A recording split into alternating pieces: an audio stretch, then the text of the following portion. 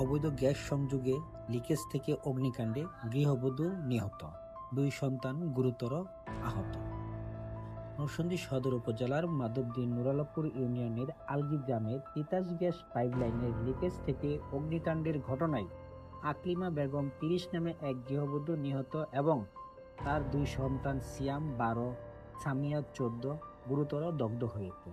গত সোমবার রাত 11টার দিকে গৃহবধূ নিজ বাড়িতে গ্যাসের চুলা জ্বালানোর সময় লিকেজ থেকে হঠাৎ অগ্নিকাণ্ডের ঘটনা ঘটে। গুরুতর আহত অবস্থায় এলাকাবাসী গৃহবধূ আকলিমা বেগম এবং তার 2 সন্তান সিয়াম ও সামিয়াকে প্রথমে নরসিংদী সদর হাসপাতাল ও পরে রাতেই ঢাকা মেডিকেল কলেজ হাসপাতালে ভর্তি করেন। সেখানে চিকিৎসাধীন অবস্থায় গতকাল মঙ্গলবার সকালে আকলিমার মৃত্যু হয়। তার 2 সন্তান গুরুতর দগ্ধ অবস্থায় ঢাকা মেডিকেল কলেজ হাসপাতালে চিকিৎসাধীন রয়েছেন। নিহত গৃহবধূ আকলিমা বেগম স্থানীয় একটি টেক্সটাইল মিলে শ্রমিকের কাজ করতেন।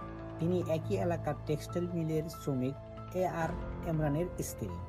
এলাকাবাসী অভিযোগ করে বলেন, দীর্ঘদিন যাবৎ এ এলাকায় অবৈধভাবে গ্যাস সংযোগ দিয়ে আসছে একটি চক্র। এর প্রেক্ষিতে এলাকাবাসী কয়েকবার লিখিতভাবে নরসিংদী তিতাস গ্যাস কর্তৃপক্ষকে জানালেও কোনো ব্যবস্থা গ্রহণ করেননি। আর সঠিক সময় ব্যবস্থা গ্রহণ না করার কারণে আজ এ প্রাণহানির ঘটনা ঘটেছে। এর আগে গত সোমবার 4 জুলাই ভোর 5টার দিকে তিতাস গ্যাসের পাইপলাইন ফেটে আগুন লাগায় শহর ও আশপাশের এলাকায় গ্যাস সরবরাহ বন্ধ হয়ে যায়।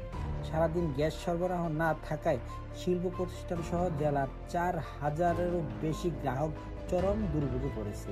এই ঘটনাটি ঘটেছে নরসিংদী সদর উপজেলার ভাগদি এলাকায়। তবে এ ব্যাপারে মাধবদী থানার ভারপ্রাপ্ত কর্মকর্তা মোহাম্মদ নজরুল ইসলাম বলেন, অগ্নিদগ্ধে নিহত আকলিমার লাশ এখনো ঢাকা মেডিকেল কলেজ হাসপাতালে রয়েছে। খোঁজ খবর তিনি নিচ্ছেন।